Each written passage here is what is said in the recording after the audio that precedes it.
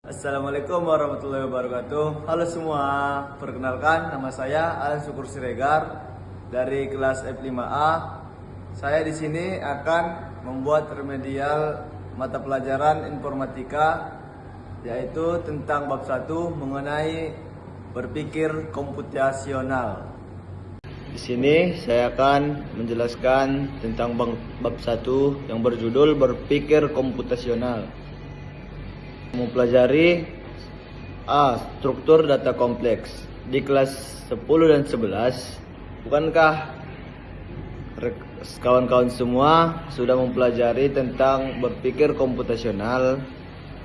Pada penjelasan ini, kita akan mempelajari tentang struktur data kompleks dengan cara menyusun dan mengelola data dalam bentuk yang lebih canggih untuk menyelesaikan masalah yang lebih rumit. Tidak seperti struktur data dasar, struktur data kompleks dirancang untuk menangani hubungan antar data yang lebih dinamis, hierarkis, atau terdistribusi. Struktur data kompleks dapat diimplementasikan dalam lingkungan sekitar. Sebagai contoh, struktur data tree dapat diterapkan pada struktur organisasi OSIS di sekolah. Posisi tertinggi ditempati oleh ketua OSIS atau sebagai node utama atau root. Diikuti posisi satu tingkat di bawah, yaitu wakil ketua dan sekretaris atau sebagai child node, dan anggota divisi yang direpresentasikan sebagai anak node atau cabang, yaitu ketua bidang dan anggota. Hal ini membuktikan posisi dalam organisasi memiliki hubungan hierarki yang jelas dan memudahkan dalam melihat hierarki tugas dan yang tanggung jawabnya berdasarkan hubungan antar node. Selain itu, pemahaman tentang struktur data kompleks memudahkan pengembangan untuk mengoptimalkan pengelolaan data, seperti menemukan root pendek, mengatur antrian prioritas, dan menghubungkan informasi dalam sistem rekomendasi. Beberapa jenis data kompleks diantara lainnya yaitu: nomor pertama, tree. Tree adalah struktur data hierarki yang terdiri dari atas elemen-elemen yang disebut simpul atau node. Sebagai simpul dapat memiliki simpul anak atau child node. Tree akan dimulai dari simpul utama yang disebut root dengan berbagai cabang yang menghubungkan ke simpul-simpul lainnya. Tree juga digunakan untuk merepresentasikan data dengan hubungan hierarki seperti struktur organisasi, sistem file, atau ekspresi matematika. Yang kedua ada graph. Graph adalah struktur data yang memfragmentasikan hubungan antara pasangan elemen atau node atau vertices. Hubungan tersebut dinyatakan melalui sisi. Graf digunakan untuk memodelkan berbagai masalah dunia nyata seperti jaringan transportasi, koneksi komputer, atau hubungan sosial. Graf juga merupakan salah satu struktur data paling penting yang digunakan dalam berbagai bidang teknologi karena dapat merepresentasikan hubungan kompleks antara elemen-elemen data. Manfaat graf ini mencangkup sebagai aspek mulai dari pemodelan hubungan kompleks hingga optimasi sistem. Graf juga tidak hanya membantu memecahkan masalah teknis seperti navigasi dan jaringan, tetapi juga mendukung pengembangan sistem berbasis data cerdas seperti rekomendasi dan analisis sosial. Yang ketiga ada hash table. Hash table adalah struktur data yang memetakan kunci ke nilai value menggunakan fungsi hash. Fungsi hash adalah algoritma yang mengubah data input menjadi indeks untuk digunakan dalam menyimpan dalam array. Hastable memungkinkan penyimpanan dan pengambilan data secara efisien dengan waktu pencarian rata-rata. Yang keempat itu ada tree. Tree adalah struktur data berbentuk pohon yang satu menentukan rute terpendek dalam navigasi. Kita sering menggunakan aplikasi navigasi seperti Google Maps atau Waze. Kita ingin melakukan perjalanan dari rumah ke tempat kerja nih misalnya, dengan jarak terpendek dan waktu perjalanan yang paling efisien. Namun ada beberapa faktor yang harus dipertimbangkan seperti jarak antar lokasi, estimasi waktu perjalanan berdasarkan kecepatan rata-rata, dan kondisi lalu lintas di sepanjang rute. Aplikasi harus dapat memilih rute yang mengoptimalkan perjalanan Anda, bahkan ketika mendapatkan beberapa jalur alternatif dengan bobot yang berbeda.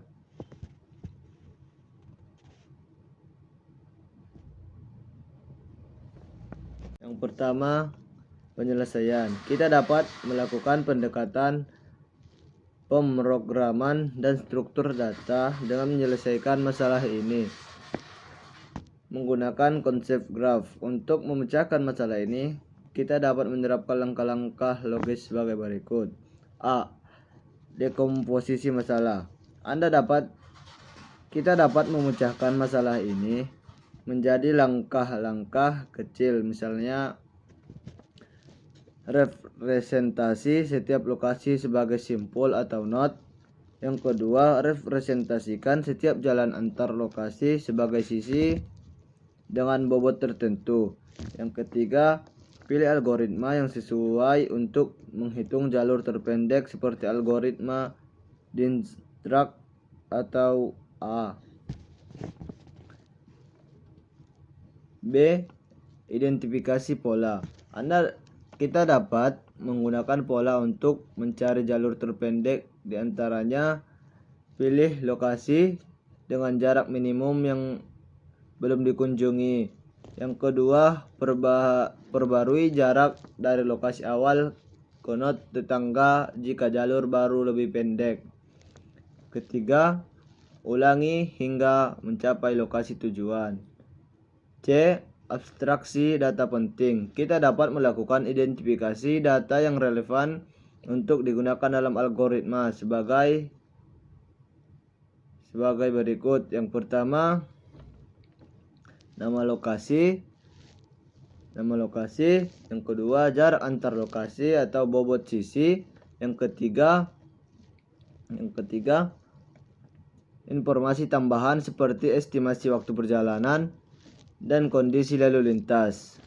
D. Penggunaan algoritma. Kita juga dapat menggunakan algoritma graph untuk menyelesaikan masalah seperti ini. Yang pertama yaitu algoritma Dijkstra adalah algoritma untuk menentukan alur terpendek berdasarkan jarak antar simpul. Yang kedua, algoritma A adalah algoritma yang menghubungkan jarak sebenarnya dengan heuristik atau estimasi jarak ke tujuan untuk mempercepat pencarian. Yang keempat ada tree. Tree adalah struktur data berbentuk pohon yang digunakan untuk menyimpan kumpulan string. Setiap simpul atau node dalam tree mewakili sebuah karakter dan cabang dari simpul menunjukkan urutan karakter yang string. Jenis-jenis tree ada 4, yaitu standard tree, compressor tree, suffix tree, ternary seed tree. Yang kelima ada heap. Heap adalah salah satu struktur data yang sering digunakan dalam informatika. Heap memiliki bentuk pohon biner yang lengkap dengan elemen-elemen dalam simpulnya yang diatur mengikuti aturan tertentu yang disebut property heap.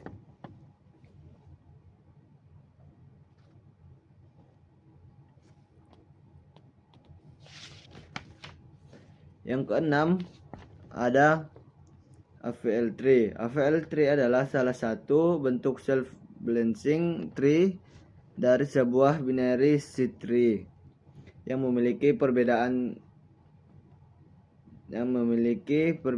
tinggi atau level maksimal satu di antara subpohon kiri dan subpohon kanan. Oleh karena itu, AVL tree akan muncul untuk menyeimbangkan binary seed tree. Apabila nilai node lebih dari 1, maka node dinyatakan tidak seimbang.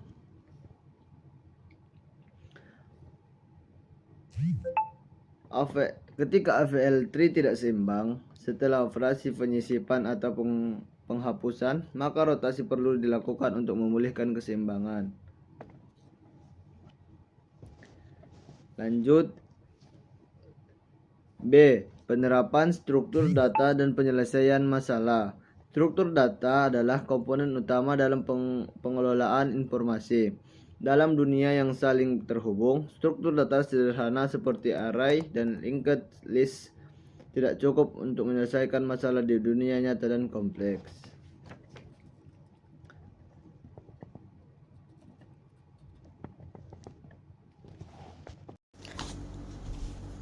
Saya akan menjelaskan bab 2 mengenai jaringan komputer dan internet. Jaringan komputer dipelajari untuk memahami cara komputer saling terhubung, bertukar data, serta mengakses informasi melalui internet. Yang pertama ada jaringan dasar komputer. Pada bagian ini dijelaskan konsep dasar jaringan yang mencakup topologi jaringan dan komponen perangkat keras jaringan. Topologi jaringan menjelaskan pola atau bentuk hubungan antar perangkat dalam jaringan. Topologi terbagi menjadi dua, yaitu topologi fisik dan topologi logis. Topologi fisik menunjukkan bentuk susunan perangkat secara nyata, contohnya topologi bus, ring, star, mesh, dan hybrid. Sedangkan topologi logis menggambarkan alur data dalam jaringan dengan contoh Ethernet, token ring, local tag, FDD, dan ATM. Kemudian komponen perangkat keras jaringan. Komponen ini meliputi perangkat yang digunakan untuk membangun jaringan, seperti server sebagai pusat layanan, workstation sebagai komputer pengguna, hub dan switch untuk menghubungkan perangkat, router untuk menghubungkan jaringan yang berbeda, repeater untuk memperkuat sinyal, kabel LAN card sebagai antarmuka jaringan, serta kabel jaringan sebagai media transmisi data. Kemudian mekanisme pengiriman data. Mekanisme ini dijelaskan menggunakan model OSI layer yang terdiri dari beberapa lapisan. Model OSI membantu memahami bagaimana data dikirim dari pengirim ke penerima melalui tahapan-tahapan tertentu, mulai dari lapisan basic hingga lapisan aplikasi. Kemudian yang terakhir ada mengidentifikasi masalah dalam jaringan atau troubleshooting. Bagian ini berfungsi untuk menemukan dan memperbaiki gangguan jaringan. Beberapa teknik yang digunakan antara lain ping test untuk mengecek koneksi, traceroute untuk mengetahui jalur data, IP configuration check untuk memeriksa pengaturan IP, kabel testing untuk mengecek kabel jaringan, serta packet sniffing untuk menganalisis lalu lintas data.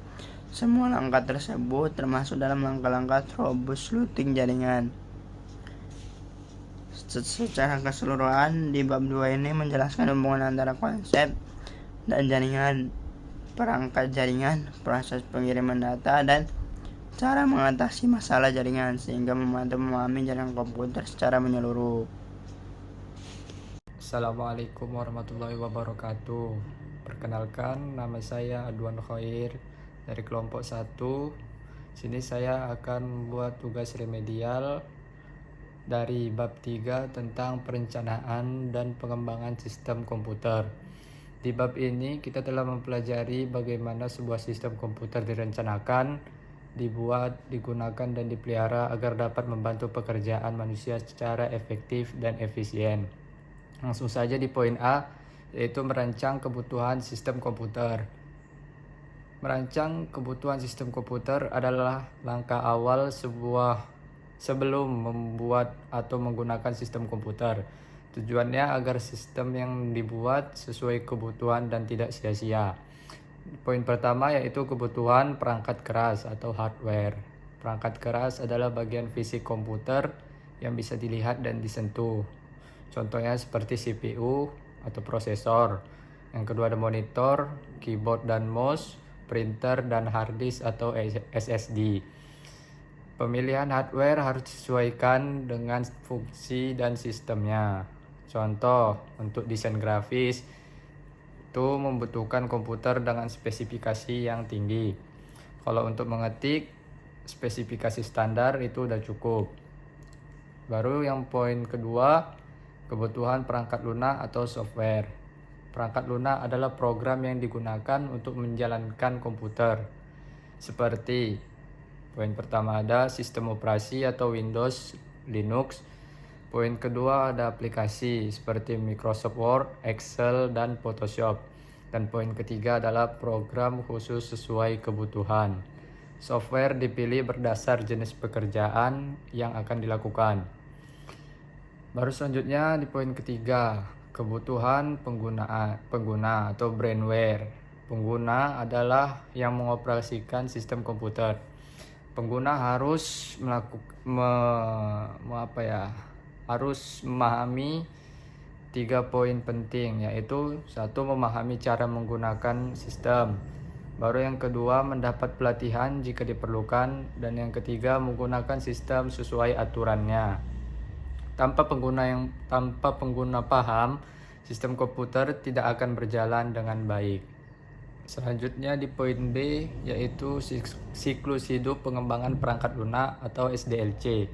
SDLC atau System Development Life Cycle adalah tahapan dalam membuat dan mengembangkan perangkat lunak secara terstruktur agar hasilnya maksimal. Poin yang pertama yaitu perencanaan atau planning. Tahap awal untuk menentukannya yaitu tujuan pembuatan sistem, masalah yang ingin diselesaikan, baru yang terakhir waktu dan biaya pengembangan. Dan poin kedua ada analisis kebutuhan atau analisis, sama aja. Menganalisis kebutuhan pengguna seperti fitur apa aja yang dibutuhkan. Baru yang kedua data apa yang akan diolah. Baru yang ketiga masalah yang sering terjadi itu seperti apa. Hasil tahap ini adalah daftar kebutuhan sistem. Baru yang poin ketiga itu perancangan atau desain. Membuat rancangan sistem seperti tampilan aplikasi, alur kerja sistem, atau struktur data. Rancangan ini menjadi pedoman saat pengembangan rancangan desain. Baru poin yang keempat yaitu pengembangan atau development. Tahap pembuatan sistem sesuai rancangan, yaitu menulis kode program, menggabungkan semua komponen sistem. Baru poin yang kelima yaitu pengujian atau testing, menguji sistem untuk memastikan bahwa tidak ada kesalahan atau bug. Sistem berjalan sesuai kebutuhan, aman dan mudah digunakan. Jika ditemukan kesalahan, maka segera perbaiki. Terus poin yang keenam yaitu pemeliharaan atau maintenance. Setelah sistem digunakan, kita dapat melakukan perbaikan jika ada masalah. Bisa juga pembaruan fitur baru, bisa juga penyesuaian dengan kebutuhan baru sesuai dengan selera masing-masing lah. Tahap ini bertujuan agar sistem tetap berjalan dengan baik. Kesimpulan dari materi bab 3 yang saya paparkan ini yaitu perencanaan dan pengembangan sistem komputer sangat penting agar sistem sesuai kebutuhan, efisien dan efektif, mudah digunakan dan dipelihara. Cukup sekian penjelasan saya tentang bab 3. Saya mewakili kelompok 1 mengakhiri dari pembahasan kami. Assalamualaikum warahmatullahi wabarakatuh.